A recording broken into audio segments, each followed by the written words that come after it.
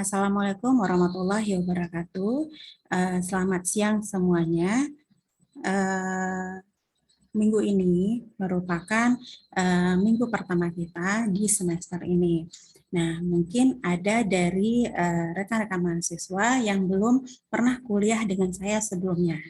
Nah, nama saya Febria Anita, juga merupakan staf dosen fisika di UNAS dengan konsentrasi yaitu geofisika. Nah, pada kesempatan ini kan adalah minggu pertama gitu kan. Nah, kalau minggu pertama di pertemuan pertama di mata kuliah yang baru itu kita harus memperkenalkan dulu tentang seluk-beluk mata kuliah ini. Jadi nanti jangan sampai setelah kita masuk ke materinya kita bingung ini sebenarnya kita tuh belajar apa sih gitu kan selama satu semester itu apa sih yang akan kita dapatkan gitu. Nah, oleh karena itu pada minggu pertama ini kita akan membahas sedikit mengenai RPS atau rencana pembelajaran semester mulai dari pertemuan pertama sampai dari nanti pertemuan ke-16. Kita akan membahas apa saja materi-materinya, nah akan kita kupas pada minggu pertama ini. Nah, ini adalah mata kuliah yang ibaratnya itu adalah induk dari geofisika. Jadi yang namanya pengantar tentu kita harus memperkenalkan dulu apa sih itu sebenarnya geofisika gitu. Nah, untuk bisa mencintai geofisika, maka kita harus memperkenalkan dulu, harus mengetahui dulu apa yang akan kita pelajari. Nah, sebelumnya itu pada pertemuan ini juga, pada awal-awal pertemuan ini, saya akan membahas yang pertama, bagaimana tata tertib perkuliahan. Nah, sekarang kan kita memang dalam rangka masih daring gitu kan, kita masih kuliah secara online. Nah, tentu juga ada tata tertib yang harus kita ikutin gitu. Nah, yang pertama itu karena kita kuliahnya itu daring, nanti sewaktu-waktu mungkin nanti akan di-share videonya, bisa kuliah seperti sekarang seperti tatap muka, tatap maya gitu kan. Nah, atau nanti bisa di-share perkuliahan atau materi yang akan di-share di web kuliah. Jadi nanti Anda semua bisa melihat apa saja materi-materi dan video-video yang ada di web kuliah, nah bisa kita cek di sana. Nah, yang pertama yaitu mengenai tata tertib pada saat tatap maya ini, pada saat perkuliahan tatap maya, kita harus mengaktifkan videonya, harus mengaktifkan video biar ibarat tuh memang kita seperti tatap maya gitu kan, seperti perkuliahan gitu, perkuliahan oke. Saya tahu yang namanya si A itu ini, yang namanya si B itu ini gitu. Jadi ibaratnya itu saya tidak hanya berbicara dengan dengan satu arah saja, tetapi juga nanti Anda juga bisa bertanya kepada saya walaupun hanya lewat daring. Nah, itu yang pertama. Yang kedua, kita harus on time pada saat perkuliahan sesuai dengan jadwal. Yang ketiga yaitu mengerjakan tugas yang saya berikan. Yang keempat yaitu bersikap sopan dan berperilaku baik pada saat perkuliahan. Nah, berikutnya mungkin ada nih yang bertanya sebenarnya nanti nilainya seperti apa Bu gitu kan. Nanti kan kita ada tuh UTS, UAS, berikutnya ada lagi tugas gitu kan. Nah, saya akan memberikan penilaian untuk UTS itu saya memberikan poin 30%. Untuk UAS 30%, tugas 30%, dan sikap 10%. Jadi ini adalah mata kuliah terapan. Jadi kebanyakan nanti mungkin kita akan ada praktikum-praktikumnya juga, ada sedikit praktikum-praktikum. Jadi tugas itu akan membantu Anda pada saat perkuliahan. Nah, jadi tidak hanya sekedar mempelajari mengenai teori, tapi juga ada praktek-prakteknya. Berikutnya, dapat kita cek di sini. Nah, sekarang saya akan melihatkan bagaimana rencana pembelajaran kita dalam satu semester. Yang pertama yaitu sikapnya mengenai ada sikap, keterampilan umum, berikutnya adalah keterampilan khusus dan pengetahuan. Jadi ibaratnya itu setelah mempelajari ini, setelah kelulus dari mata kuliah ini, Anda apa sih yang bisa Anda dapatkan gitu. Nah, apa sih yang bisa Anda dapatkan setelah mempelajari masa perkuliahan ini? Berarti kalau dari segi CPL Prodinya yaitu kalian bisa secara apa namanya kurang lebih bisa berdiskusi, bisa berkelompok, bisa mengerjakan sesuatu secara berkelompok atau bekerja sama, dan memiliki keterampilan atau perilaku fisik dan teknologi. Artinya memang dari teori dan praktikum yang telah dipelajari itu bisa diterapkan di masyarakat. Nah, berikutnya adalah capaian dari mata kuliah ini setelah selesai menyelesaikan mata kuliah ini, berarti Anda bisa menguasai apa itu, memahami mengenai dasar geofisika secara umum, tentang struktur buminya. Berikutnya adalah bagaimana metode-metode geofisika, apa saja metode-metode geofisika yang telah kita pelajari, gitu kan.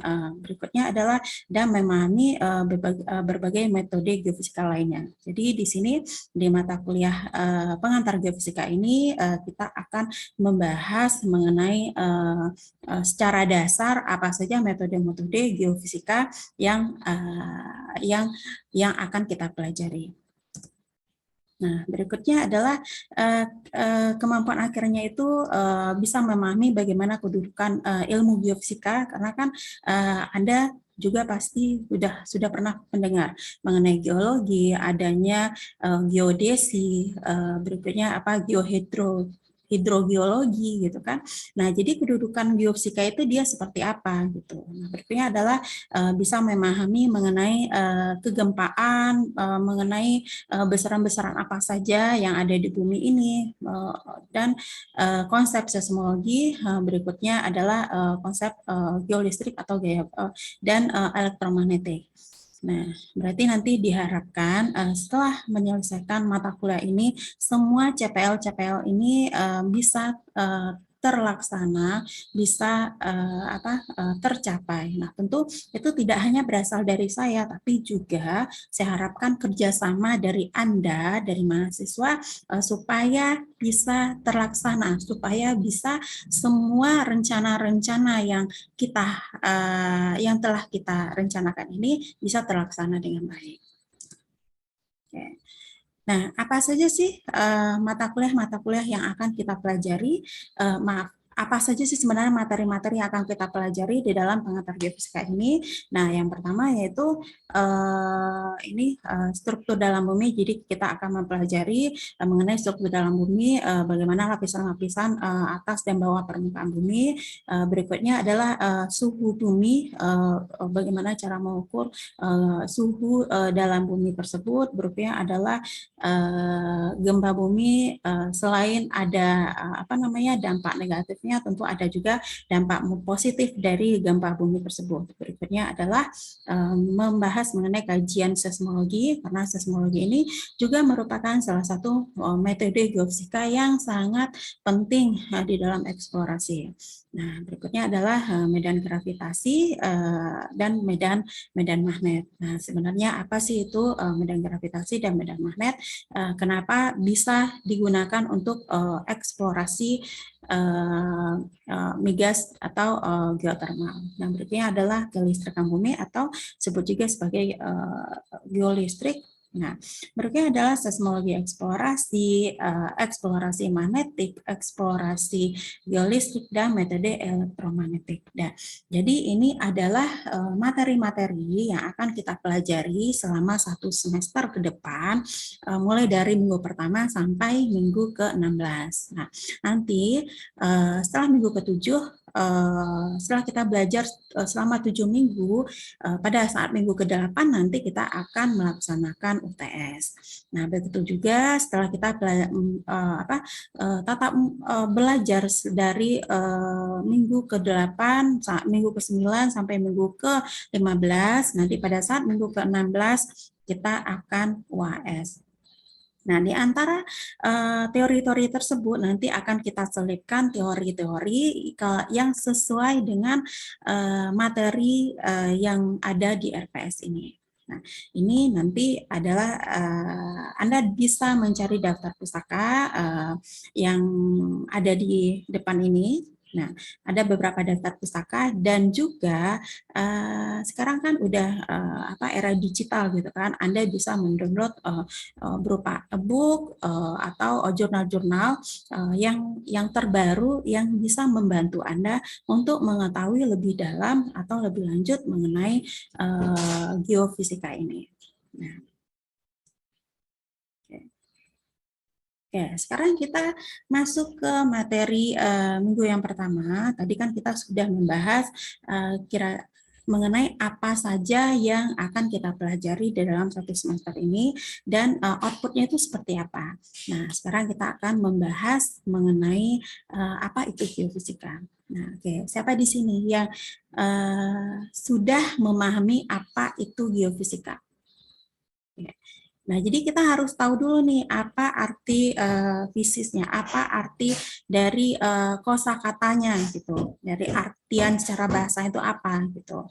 Nah, jadi geofisika adalah ilmu yang menggunakan metode fisika.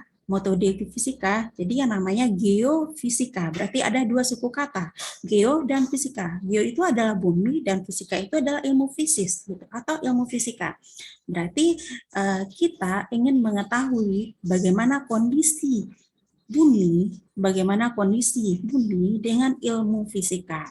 Jadi metode fisika untuk mempelajari bumi, baik itu isi dan lingkungan bumi serta interaksinya, baik itu dalam kondisi yang statik maupun yang dinamik. Nah, berikutnya adalah salah satu metode geofisika yang dipakai sebagai dasar untuk mempelajari struktur bawah permukaan bumi dan penerapannya besaran fisisnya diukur dan sumber penyebab anomalinya. Jadi metode geofisika ini tidak hanya tentang mencari eksplorasi migas, tidak seperti itu gitu, tapi juga bisa buat lingkungan. Misalnya untuk orang teknik gitu kan, untuk orang teknik sipil. Nah, untuk orang teknik sipil itu mereka ingin membangun bangunan gitu kan, bangunan bertingkat. Nah, mereka ingin melihat bagaimana kondisi di bawah permukaan, apakah daerah tersebut labil atau stabil gitu.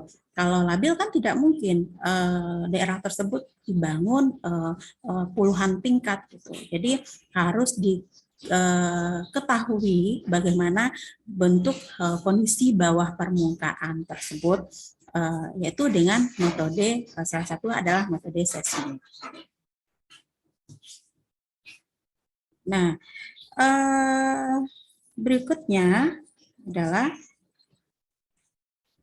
nah, selain itu kelebihan dari geofisika daripada ilmu lainnya itu adalah kita bisa mengetahui bagaimana kondisi di bawah permukaan itu hanya dari atas permukaan. Nah, kita bisa mengetahui bagaimana kondisi di bawah permukaan hanya dari atas permukaan. Misalnya, kita ingin mengetahui nih bagaimana apakah ratusan meter di bawah permukaan itu ada anomali enggak gitu. Ada migas enggak? Ada aliran air enggak di bawah permukaannya itu. Nah, tentu kita enggak mungkin kan, kita enggak mungkin langsung terjun ke bawah permukaan gitu. Tapi kita menggunakan alat-alat dan ilmu geofisika dan ilmu fisika untuk bisa mendeteksi, bisa menginterpretasikan bagaimana kondisi di bawah permukaan. Nah, apa saja bagaimana ilmu fisikanya? Misal ini mencari nilai resistivitas, densitasnya seperti apa gitu kan. Nah, bagaimana nilai medannya. Itu adalah kajian-kajian bidang fisika dan yang bisa membantu untuk menginterpretasikan bagaimana kondisi di bawah permukaan. Nah, nah, di sini dapat kita lihat bagaimana tempat geofisika di dalam geoscience secara secara skema. Nah, ini dapat kita lihat di sini adalah geoscience. Geoscience itu adalah ilmu kebumian. Jadi ada geodesi, ada geofisik, ada geografi, dan ada geologi. Nah, kalau kita identiknya itu geografi itu adalah pelajaran sosial gitu kan. Padahal sebenarnya itu adalah masuk bagian dari science, dari ilmu gitu, dari ilmu alam.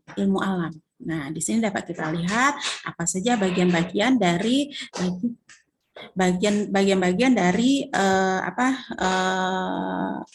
geofisik. Nah, bagian dari geofisika itu adalah yang pertama yaitu geoseismik. Nah, geoseismik, ada meteorologi, ada oceanografi, hidrologi gitu. Ada apa lagi? Ada geofisika bumi padat. Nah, di sini pada saat geofisika bumi padat, itu bisa kita cabang ilmu lain lagi. Nah, ada seismologi, geoelectricity, geomagnet, vulkanologi, tektonofisik, gravitimeter, geothermal, geososmologi, geokronologi. Jadi sangat banyak sekali bagian-bagian ilmu geofisika yang bisa dipelajari lebih lanjut. Nah, jadi kalau orang BMKG mungkin lebih cenderung dengan meteorologi gitu kan, dengan meteorologi. BMKG, Badan Meteorologi Geofisika. Nah, terus berikutnya dari sini dapat kita lihat dari geofisika bumi padat. Nah, jadi nanti yang akan kita pelajari di dalam geofisika ini adalah bagian khusus pada geofisika bumi padat. Kita ingin mengetahui di bawah bumi, di bawah bumi yang padat ini itu mereka ada apa saja sih gitu kan, ada anomali apa saja sih yang ada di bawah sana gitu. Jadi seperti seismologi berarti akan membahas mengenai berhubungan dengan kegempaan, mengenai seismologi eksplorasi, berikutnya adalah ke gunung apian, terus geomagnetik mengenai medan magnetik bumi, berikutnya adalah geoelectricity yang mengenai bagaimana kelistrikan, sifat kelistrikan dari batuan. Nah, berikutnya ada gravitimeter, bagaimana geothermal, bagaimana melihat kondisi temperatur atau suhu di bawah permukaan bumi. Berikutnya adalah geokosmologi dan geokronologi. Jadi geokronologi itu melihat bagaimana sejarah kondisi sejarah geokronologi batuan, Oke, nah dari sini dari pembahasan yang di atas, nah maka dapat dibagi-bagi lagi bahwa itu merupakan bisa diselesaikan dengan cara metode-metode, yaitu metode geofisika. Nah, jadi nanti ada beberapa metode-metode yang akan kita pelajari, yaitu metode metode elektrik, metode parameternya apa, terus karakter itu seperti apa. Nah, ini adalah penggunaan berbagai metode geofisika, karakter besaran fisis, penerapannya, dan struktur di bawah permukaannya. Jadi maksudnya seperti ini, kita menggunakan metode geofisika, terus parameternya itu apa, dan target di bawah permukaannya itu apa, gitu. Nah, misal kita ingin mencari resistivitas di bawah permukaan. Nah, kita ingin mencari air, umpamanya kan air lah, sebaran air di bawah permukaan, gitu. Nah, tentu itu adalah dia memiliki parameter adalah nilai resistivitas, gitu kan? Nilai resistivitas. Nah, apa saja gejala-gejala fisik yang berhubungan dengan resistivitas. Nah, dengan apa pendekatannya? Ya, dengan salah satu adalah dengan elektrikal, dengan kelistrikan, bisa dengan kelistrikan, bisa dengan jadi dengan kelistrikan ini apa saja metodenya, yaitu metode resistivitas, metode induksi polarisasi, self potensial, misi alamase, telurik, magnetotelurik, dan ini itu adalah apa namanya metode geofisika yang bisa digunakan untuk melihat kondisi di bawah permukaan. Nah, tentu ini adalah parameter-parameternya. Nah, ini adalah parameter-parameter yang bisa menjadi acuannya kita. Nah, tadi adalah ini adalah magnetik, berikutnya adalah gravitimeter, radioactivity, seismik. Nah, seismik ini juga terdiri dari refraksi dan refleksi. Oke.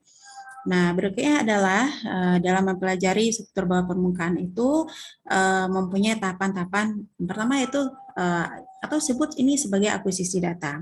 Apa saja sih langkah-langkah kita yang akan kita gunakan? Yang pertama itu kita harus merancang survei dulu. Bentuk lintasan kita itu seperti apa? Lokasinya di mana? Apa targetnya kita, gitu kan? Nah, berikutnya baru setelah kita survei, baru kita nanti mengumpulkan data ke lapangan. Nah, berikutnya baru data tersebut kita olah sedemikian rupa dengan menggunakan berbagai macam parameter. Nah, berikutnya baru kita interpretasi dan kita modelkan. Nah, ini dapat kita lihat eksplorasi dengan metode geofisika apa saja itu. Jadi geofisika itu dia berperan membantu dengan menerapkan hampir semua metode fisika untuk mengungkapkan struktur di bawah permukaan. Nah, jadi kalau orang fisika medis dia bisa mendeteksi bagaimana bentuk kondisi di dalam tubuh itu ya dengan alat X-ray gitu misalnya gitu kan. Nah, kalau dengan geofisika itu dia juga bisa gitu. Juga bisa misalnya dengan metode VLE, metode geolistrik, metode seismik, metode graviti. Jadi hanya dari atas permukaan kita bisa melihat apa saja anomali-anomali yang ada di bawah permukaan gitu. Jadi selain itu metode geofisika ini tidak hanya untuk mencari migas atau barang tambang atau mineral, tapi juga bisa untuk lingkungan, bisa untuk lingkungan. Contohnya dalam pencemaran lingkungan seperti pada TPA gitu kan, tempat pembuangan akhir sampah gitu. Nah itu kan ada air yang mengalir ke bawah permukaannya. Kan kalau tempat sampah itu kan banyak pasti ada kalau pas hujan gitu kan, apalagi nah tentu air yang mengenai sampah-sampah tersebut tentu akan meresap ke bawah permukaan. Nah itu dapat kita teliti juga apakah air-air tersebut mencemari lingkungan ada sekitarnya. Nah tentu kita melihat nih tentu ada beberapa parameter-parameter juga yang kita gunakan untuk nanti mengambil kesimpulan, oh ternyata daerah ini dia tercemar, daerah ini dia tercemarnya masih biasa atau udah tingkat yang sangat tinggi gitu. Nah, berikutnya adalah kegiatan eksplorasi sumber daya alam maupun penelitian dengan menggunakan metode geofisika ini tentu membutuhkan modal dan teknologi. Tentu membutuhkan modal dan teknologi. Tentu ilmu yang kita pelajari ini harus bisa kita gunakan nanti pada saat kita telah terjun di lapangan. Nah, pada saat kita telah terjun di lapangan.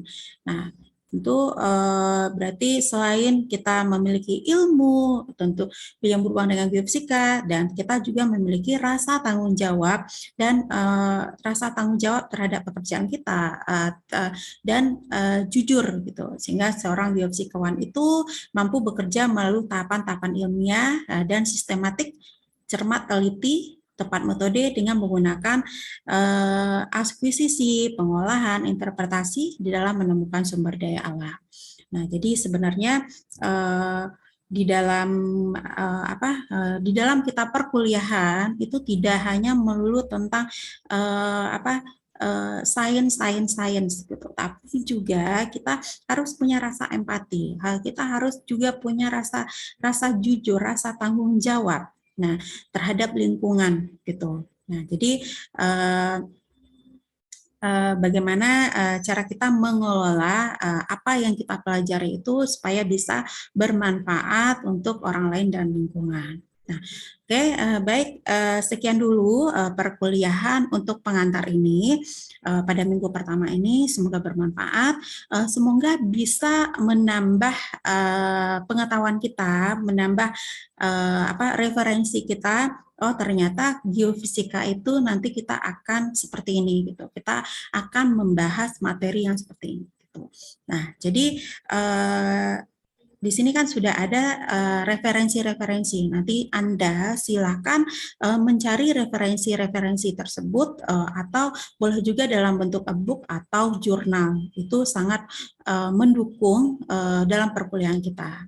Oke, demikian dulu yang dapat saya sampaikan. Semoga bermanfaat. Saya sudahi dengan Assalamualaikum warahmatullahi wabarakatuh.